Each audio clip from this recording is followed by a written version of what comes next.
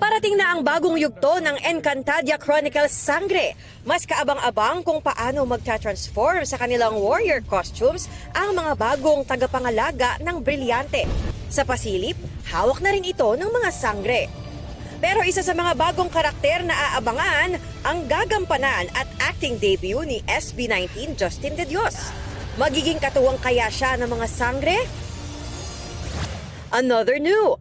May sasakyan na ang inyong island ate. Dream come true ito para kay Shuvi na first time rin magkaroon ng sariling sasakyan.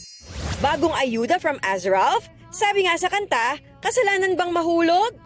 Na-fall nga kasi, literal. Sa latest TikTok ni AZ Martinez, sinubukan niyang buhatin ang nag-alabibi Ralph De Leon.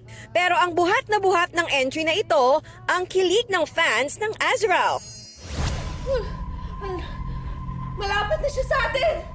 Nararamdaman ko na talaga ito! Bagong karakter din ang mapapanood sa Sanggang Dikit for Real na gagampanan ni Beauty Gonzales. Siya si Madam Alma, isang fake psychic, pero magkakatotoo ang kanyang mga nakikita. Athena Imperial nagbabalita para sa GMA Integrated News.